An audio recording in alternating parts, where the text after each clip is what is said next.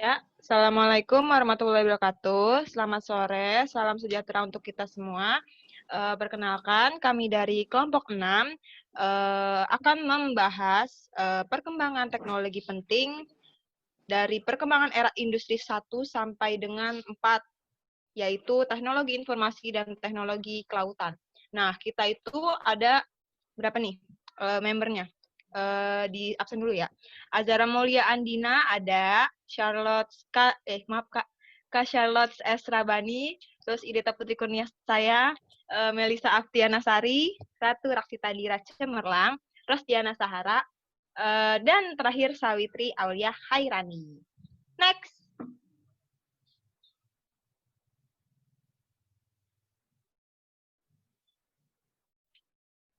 Oke, alat hitung merupakan alat yang sangat dibutuhkan oleh manusia, apalagi di zaman modern seperti saat ini, yang serba canggih dan instan. Alat hitung digunakan untuk melakukan perhitungan dari yang sederhana, seperti penjumlahan, pengurangan, perkalian, dan pembagian, sampai pada kalkulator sains yang dapat menghitung rumus matematika tertentu. Alat hitung mengalami perkembangan dari masa ke masa, mulai dari alat hitung tradisional sampai modern, seperti yang kita gunakan saat ini, yaitu kalkulator. Lanjut.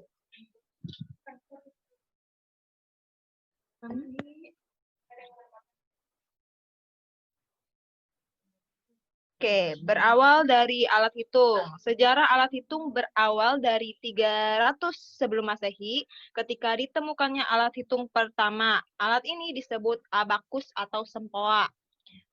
Alat hitung ini ditemukan pertama kali dalam sejarah Babilonia kuno. Next. Seperti itu ya.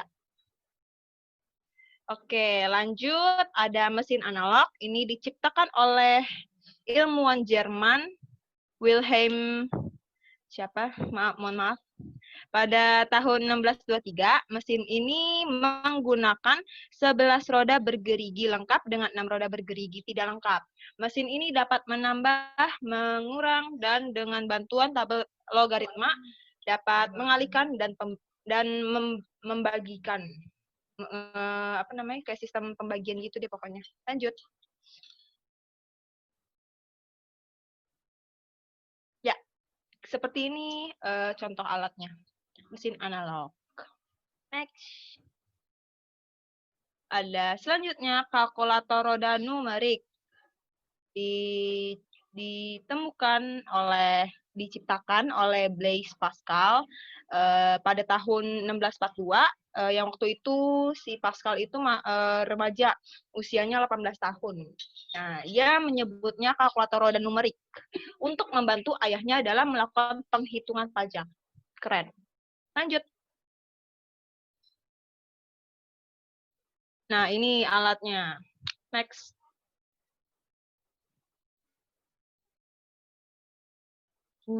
Mantap. Tua banget ya. Selanjutnya ada mesin tenun, diciptakan oleh Joseph Mary Jacquard pada abad ke-19, menggunakan kartu berlubang-lubang untuk membuat pola pada tenun. Alat tenun ini masih digunakan pada masa sekarang, terutama pada pembuatan kain untuk mebel. Beliau terkenal banget sebenarnya namanya. Lanjut. Nah, ini mesinnya. Besar. Sekarang mah udah bisa kecil gitu ya. Lanjut, ada aritometer. Diciptakan oleh Charles Xavier Thomas de Comar tahun 1820. Ia menciptakan mesin yang memiliki kemampuan melakukan pengoperasian 4 fungsi aritmatik dasar. Ya, yang disebut aritometer. Lanjut. Next. Seperti ini. Selanjutnya ada difference engine.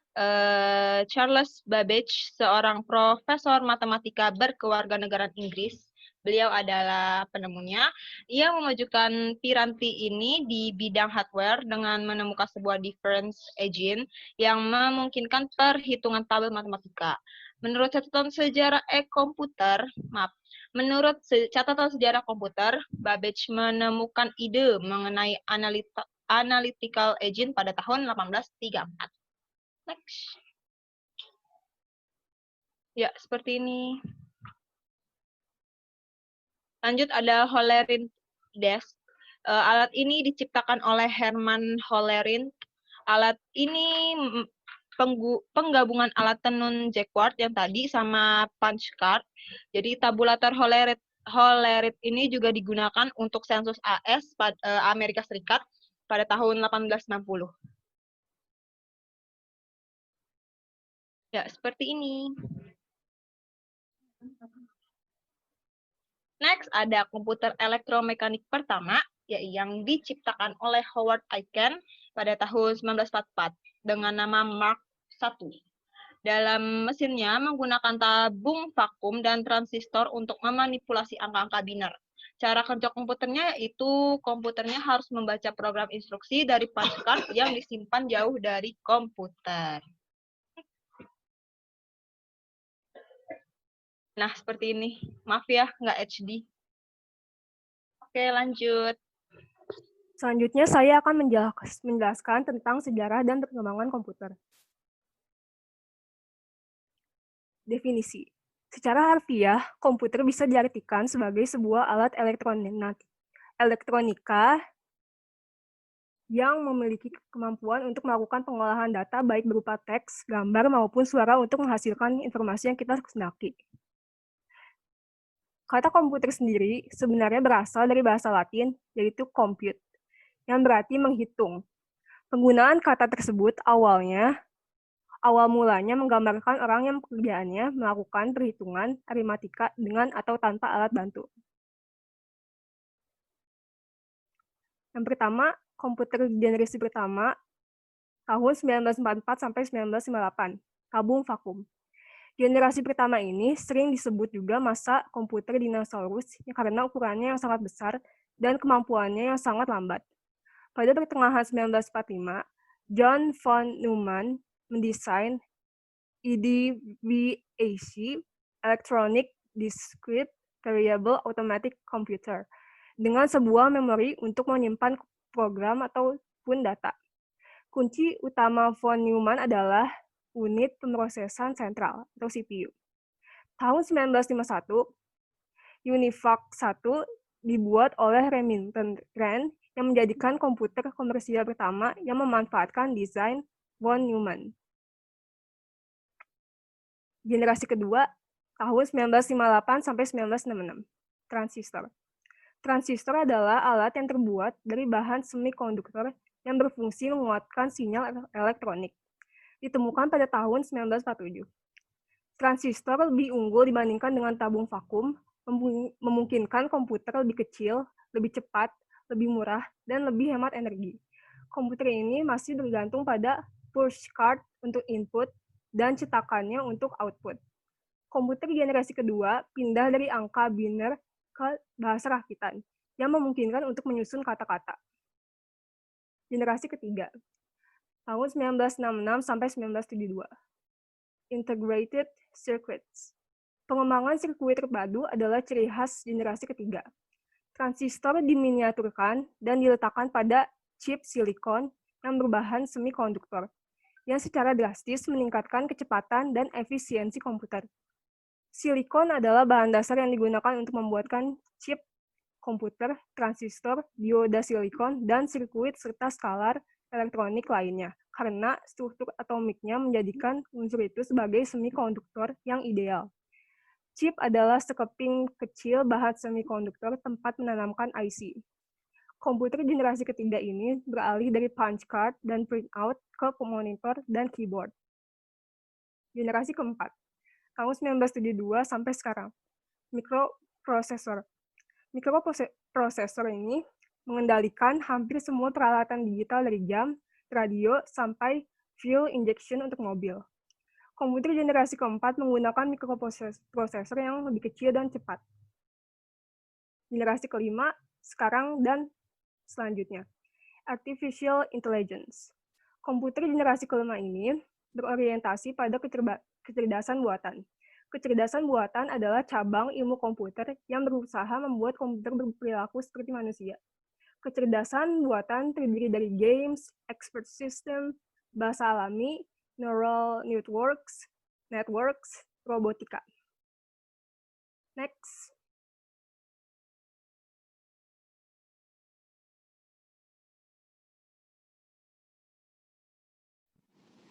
Selanjutnya ada aplikasi teknologi, pengertian sejarah dan perkembangannya. Next. Di sini terdapat pengertian aplikasi teknologi, yaitu aplikasi teknologi adalah suatu perangkat lunak atau software atau program komputer yang beroperasi pada sistem tertentu yang diciptakan dan dikembangkan untuk melakukan perintah tertentu. Istilah aplikasi sendiri diambil dari bahasa Inggris, yaitu application yang dapat diartikan sebagai penerapan atau penggunaan. Secara harfiah, aplikasi merupakan suatu penerapan perangkat lunak atau software yang dikembangkan untuk tujuan melakukan tugas-tugas tertentu atau biasa kita kenal untuk membantu kehidupan kita sehari-hari dalam teknologi. Selanjutnya, di sini ada pengertian lain dari teknologi, pengertian tambahan dari teknologi, aplikasi teknologi, yaitu maksud dari aplikasi itu sendiri adalah dalam ilmu komputer. Lalu pengertian aplikasi adalah suatu perangkat lunak atau suatu program komputer yang beroperasi pada sistem tertentu yang diciptakan untuk pengembangan dan dikembangkan untuk melakukan perintah tertentu. Sorry. Nah, selanjutnya dalam pengembangannya, aplikasi dapat dikategorikan dalam 3 kelompok, diantaranya aplikasi desktop, aplikasi web, dan aplikasi mobile. Dan ini ada pengertian dan maksudnya. Next. Umumnya suatu aplikasi dapat berjalan di berbagai perangkat yang dioperasikan oleh operating system atau OS yang ada di perangkat tersebut. Adapun beberapa kriteria yang menandakan suatu aplikasi berkualitas dan bermanfaat bagi penggunanya. Contoh, aplikasi dapat memenuhi kebutuhan user, aplikasi dapat berjalan di multiplatform, dan aplikasi dapat merespon instruksi dengan cepat serta membutuhkan resource atau prosesor, memori, storage atau yang rendah. Selanjutnya,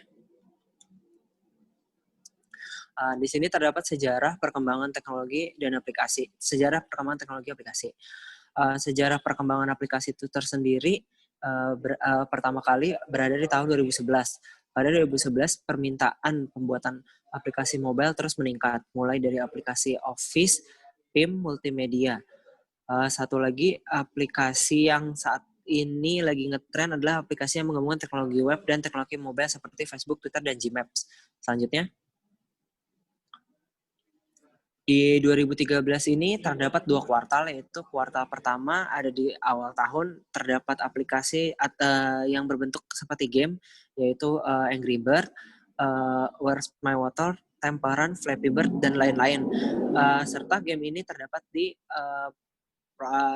prosesor iOS yang telah melebihi jumlah pengeluaran yang terjadi di dalam game mereka dibanding dengan game-game yang dioptimasi untuk di-handle. Di kuartal kedua, yaitu di akhir tahun, terdapat giliran Google Play yang telah membalap game-game Android tersebut pada user iOS. Selanjutnya, untuk kuartal ketiga pada tahun 2013, ini 2013 akhir maupun 2014 terdapat Google Play dan aplikasi gabungan antara Google Play dan iOS seperti kamera 360, Skype, WhatsApp, Line, KakaoTalk, dan WeChat. Ini adalah multi-platform untuk mengirim pesan atau mengirim file-file seperti video dan foto. Next. Dan di tahun 2016 ini terdapat aplikasi-aplikasi mobile yang menerapkan virtual reality dan augmented reality. Contoh-contoh aplikasinya seperti memberitahu lokasi atau memberikan navigasi dan mapping. Selanjutnya. Dan di tahun 2017 ini sedang marak-maraknya aplikasi jual beli online atau online shopping dan tren aplikasi mobile seperti GPS atau real time. Aplikasi tersebut terdapat di pasar aplikasi seperti Gojek, Tokopedia, Lazada, dan lain-lain. Selanjutnya. Dan di tahun 2017 sendiri, masyarakat lebih suka membagi data personal pada era perkembangan internet yang pesat. Tren aplikasi mobile yang muncul lebih ke arah marketing seperti aplikasi berbasis teknologi, GPS, dan real time. Contohnya seperti Gojek, Tokopedia, Lazada, dan lain-lain. Perangkat yang bisa dipakai di bagian tubuh manusia. Contohnya seperti Zalora dan lain-lain, itu seperti prinsip wearable teknologi. Selanjutnya.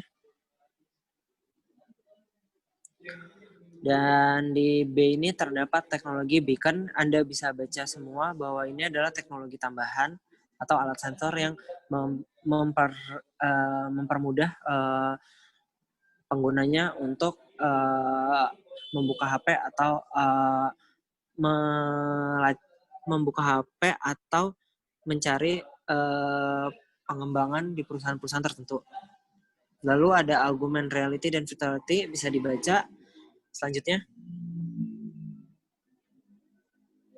Di sini terdapat aplikasi-aplikasi yang mengikuti zaman seperti Instant App, ada in application payment. Selanjutnya. Selanjutnya saya akan menjelaskan materi tentang perkembangan teknologi kelautan. Next. Nah, apa itu teknologi kelautan?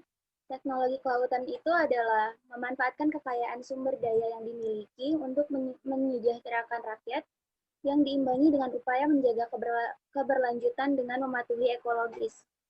Next.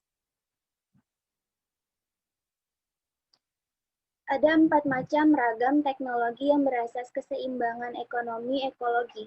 Yang pertama ada teknologi penangkapan ikan, yang kedua ada bioteknologi untuk memanfaatkan biodiversitas, yang ketiga ada teknologi eksplorasi, dan yang keempat ada teknologi konservasi. Next. Perkembangan teknologi penangkap ikan. Di zaman prasejarah, penangkapan ikan itu untuk memenuhi kebutuhan sendiri. Biasanya dilakukan di pantai atau perairan dangkal dan hanya menggunakan tangan. Di sini ada penjelasan tambahannya.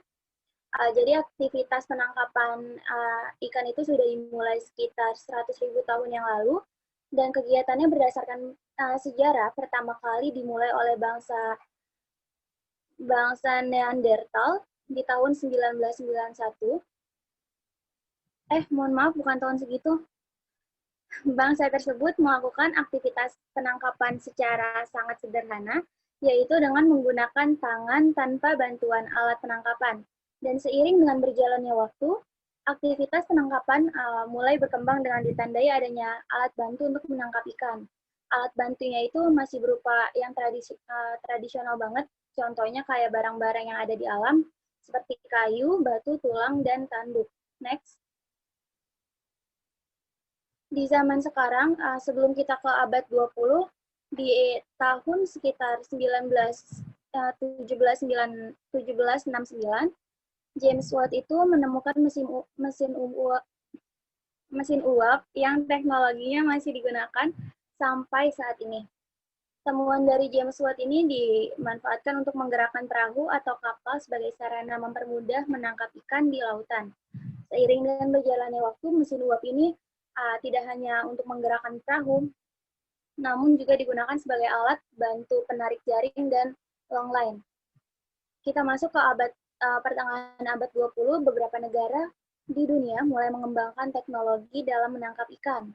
Modernisasi alat tangkap ikan dimaksudkan untuk mengoptimalkan aktivitas penangkapan. Contoh negara-negaranya itu yaitu di benua Eropa seperti Polandia, Belanda, dan Inggris. Ada juga Swedia, Prancis, ya pokoknya di negara-negara Eropa yang udah maju sana, mereka udah mengembangkan teknologi penangkapan ikan yang lebih optimal. Berdasarkan data dari FAO, pada tahun 1988, total hasil tangkapan ikan di Jepang mencapai 12 juta ton, atau sekitar 13% dari total tangkapan ikan di dunia. Dan di abad 20 berkembang pesat sesuai dengan perkembangan pengetahuan manusia, diantaranya pembuatan alat tangkap ikan yang sudah menggunakan pabrik, penangkapan ikan dengan peralatan yang otomatis menggunakan komputer, dan juga menggantikan serat alami dengan serat sintetis yang lebih kuat dan lebih mudah diproduksi massal. Next. Baiklah, selanjutnya saya akan menjelaskan mengenai jenis-jenis alat tangkap ikan yang ada di Indonesia. Pertama itu ada penangkapan ikan tanpa melukai. Di sini ada memanfaatkan alat penguji, pemilihan atau racing gear. Dan yang kedua itu ada penangkap ikan dengan tangan. Yang pertama itu memanfaatkan alat penguji pemilihan atau racing gear. Maksudnya adalah alat ini dioperasikan dari atas permukaan dengan memutarnya pada gerombolan rumput laut, dan rumput laut akan tersangkut dan terbelit pada alat. Untuk melepasnya menggunakan pisau. Panjang tangkal alat ini sekitar 5-6 meter, umumnya terbuat dari batangan bambu atau kayu. Selanjutnya itu ada menangkap ikan dengan tangan. Menangkap ikan dengan tangan ini dapat dilakukan pada perairan dangkal atau di sungai-sungai kecil. Pada perairan laut, mengumpulkan karang dengan menggunakan tangan dapat dilakukan dengan cara menyelam. Selanjutnya itu ada penangkapan ikan dengan alat yang melukai. Pertama ada tombak, dan kedua itu ada fish plumets. Pada alat tombak ini, menangkap ikan dengan cara menombak lebih mudah daripada dengan tangan, dan cara ini sudah digunakan sejak lama oleh manusia. Alat penangkap ikan ini terdiri dari batangan kayu atau bambu dengan ujung berkait balik atau mata tombak dan tali penarik yang dikaitkan pada mata tombak. Tali penariknya nelayan, kemudian setelah tombak mengenai sasaran, tali tersebut ditarik untuk mengambil hasil tangkapan.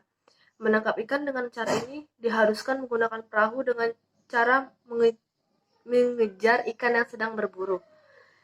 Yang kedua itu ada fish plumets.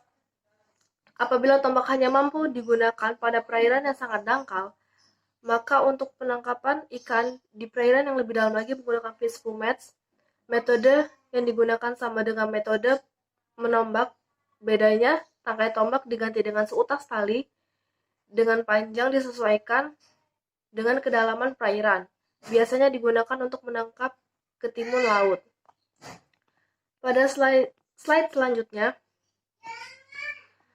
itu ada penangkapan ikan dengan jalan memabukkan atau membius. Pertama ada cara kimiawi menggunakan potas, reptonon, barbasco, cyanida, atau potasium. Dan yang kedua itu ada cara elektronik pada ikan di air tawar. Pada cara pertama, dengan cara kimiawi, teknik ini dilarang dan dapat menyebabkan hancurnya terumbu karang karena racun tersebut. Biasanya menggunakan barbasco, cyanida, atau potasium dengan tujuan membuat ikan menjadi lemas, namun banyak juga yang mati. Pengaruh potas dalam merusak terumbu karang dapat merusak pengaruh potas dalam kerusakan terumbu karang dalam air laut. Potas dapat terurai menjadi sodium dan ion potasium. Selanjutnya itu ada cara elektrik pada ikan air tawar. Menyentrum lebih efektif dilakukan di perairan air tawar seperti sungai, tambak, atau kolam. Biasanya menggunakan tongkat yang pada ujungnya disambung ke alat penghasil listrik seperti baterai, aki mobil, atau generator listrik. Teknik ini juga tidak diperbolehkan, terutama penangkapan ikan laut karena dapat berpengaruh dan merusak terumbu karang. Bisa dilihat itu contoh kegiatannya. Pada slide selanjutnya, itu ada penangkap ikan dengan pancingan menggunakan umpan. Pertama, ada rawai tuna atau tuna longline. Dan yang kedua itu ada UHT, pole atau line. Pertama, rawai tuna. Rawai tuna atau tuna longline adalah alat penangkap tuna yang paling efektif. Rawai tuna merupakan sejumlah pancing yang dioperasikan sekaligus. Satu tuna longline biasanya mengoperasikan 1.000 sampai 2.000 mata pancing untuk sekali turun. Sedangkan UHT khusus untuk menangkap cakalang. Tak heran jika alat ini disebut pancing cakalang. UHT dioperasikan sepanjang siang hari pada saat gerombolan ikan di sekitar kapal. Alat tangkap ini bersifat aktif. Kapal akan mengejar gerombolan ikan. Setelah gerombolan ikan berada di sekitar kapal, lalu diadakan pemancingan. Pada slide selanjutnya, itu ada pancing tonda dan pancing tangan. Pada pancing tonda ini, yang diberi tali panjang yang ditarik oleh perahu atau kapal. Pancing diberi umpan ikan segar atau ikan palsu. Karena adanya tarikan, maka umpan akan bergerak di dalam air sehingga merangsang ikan buas untuk menerkamnya atau menyambarnya. Pengoperasian pancing tonda memerlukan perahu atau kapal yang selalu bergerak di depan gerombolan ikan yang akan ditangkap. Biasanya pancing ditarik dengan kecepatan 2-6 knot tergantung dari jenisnya. Di sebelahnya itu ada pancing tangan. Pancing tangan, menangkap ikan dengan tangan dapat dilakukan pada perairan dangkal seperti sungai kecil. Pengertian menangkap ikan dengan tangan menjadi meluas setelah Islam memancing, yaitu tanpa menggunakan tongkat, pancing, atau joran, tetapi tetap menggunakan rau pancing dan senar, atau biasa disebut mincing tangan. Pada slide selanjutnya, itu ada pancing hanyut dan penangkapan dengan perangkap. Pada pancing hanyut dioperasikan secara hanyut, biasanya digunakan untuk menangkap ikan-ikan pelagis. Ikan-ikan pelagis itu terdapat dua jenis, yaitu ikan pelagis besar dan ikan pelagis kecil. Ikan pelagis besar biasanya ikan tuna, cakalang, tongkol, dan lainnya. Sedangkan ikan pelagis kecil misalnya ikan layang, ikan teri, kembung, dan lainnya. Selanjutnya itu ada penangkapan ikan dengan perangkap. Kegiatan menangkap ikan ini sudah dimulai sejak 100.000 tahun yang lalu. Seiring perkembangan zaman, alat perangkap ikan seperti kel, pancing, tombak jala, dan perangkap ikan pun mulai digunakan. Di kalangan masyarakat Melayu, termasuk Indonesia, ada perangkap ikan tradisional yang digunakan hingga kini, yaitu bubu seperti contoh gambar yang di samping. Umumnya bubu dibuat dari anyaman bambu dan dibentuk menyerupai silinder dengan mulut bubu yang mengecil ke arah dalam. Bubu memanfaatkan daya tarik ikan ke umpan sehingga saat ikan masuk ke dalam bubu akan memakan umpan, ikan sulit keluar lagi dan akhirnya terperangkap di dalam. Bentuk dan ukuran bubu dapat disesuaikan dengan jenis ikan yang akan ditangkap, sehingga jangan heran jika Anda melihat bubu yang berbentuk persegi, trapesium, setengah lingkaran, kubah, atau kerucut, dari yang kecil hingga yang paling besar. Selanjutnya, saya akan menjelaskan tentang aplikasi teknologi dalam dunia kelautan. Beberapa aplikasi dalam dunia kelautan, yaitu yang pertama ada sistem informasi nelayan pintar. Ini adalah aplikasi yang dikembangkan oleh Kementerian Kelautan dan Perikanan untuk menampilkan informasi penting untuk nelayan dalam laut, misalnya seperti menentukan daerah penangkapan, informasi mengenai cuaca dan pelabuhan, kesuburan perairan, harga dan sebaran ikan, serta estimasi bahan bakar. Yang kedua itu ada e-logbook. E-logbook adalah aplikasi untuk pelaporan data hasil tangkapan ikan. Ini diisi mandiri oleh nahkoda saat keberangkatan, selama penangkapan, dan saat kedatangan. Yang ketiga ada e-borang. E-borang ini juga adalah aplikasi untuk membantu observer on board memantau hasil tangkapan. E-borang ini digunakan untuk pencatatan yang dilakukan mengenai hasil tangkapan, berikut juga daerah, waktu, dan jenis alat yang digunakan. E-borang ini bersinergi dengan e-logbook untuk pendataannya. Kemudian ada Infrastructure Development for Space Oceanography. Ini adalah program untuk memantau kondisi perairan. Di sini terdapat prediksi perubahan sumber perikanan yang bertujuan untuk mendukung pengelolaan sumber daya kelautan. Kemudian ada penggunaan radio L-band dan Global Positioning System atau yang lebih dikenal dengan GPS. Seperti yang kita tahu, penggunaan radio ini digunakan untuk membantu nelayan berkomunikasi dan penggunaan GPS untuk mengetahui posisi nelayan. Kemudian ada peta 3D. Peta 3D ini digunakan untuk membantu pelestarian karang. Dan yang terakhir ada The Ocean Cleanup. Ini adalah proyek dengan tujuan membersihkan plastik dari lautan. Mereka mengembangkan teknologi untuk memilah dan menyaring sampah plastik, serta mencegat sampah dari sungai agar tidak sampai ke laut.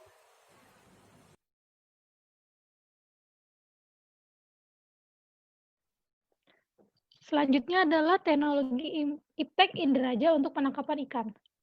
IPTEK Inderaja itu adalah penginderaan jarak jauh. Nah, saat ini terdapat 3 satelit yang banyak digunakan untuk keperluan identifikasi pemantauan fenomena oceanografi, yaitu yang pertama ada satelit National Oceanic and Atmospheric Administration atau NOAA.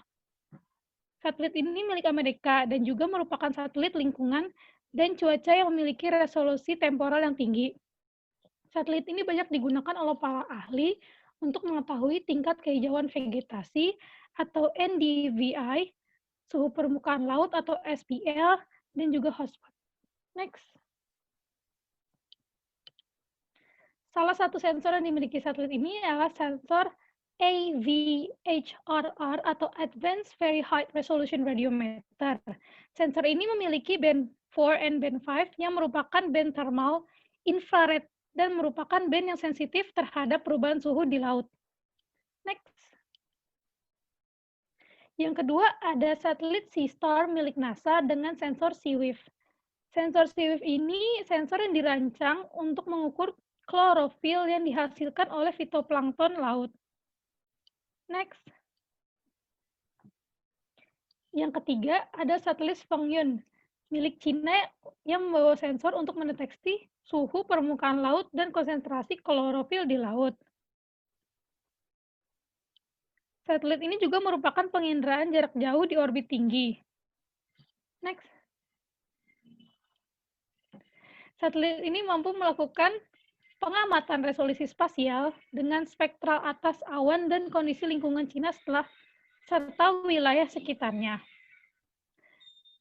Secara signifikan meningkatkan kemampuan perkiraan cuaca dan iklim. Jadi selain untuk mendeteksi tentang jumlah klorofil di laut dan juga SPL atau suhu laut, satelit ini juga bisa digunakan untuk mendeteksi cuaca.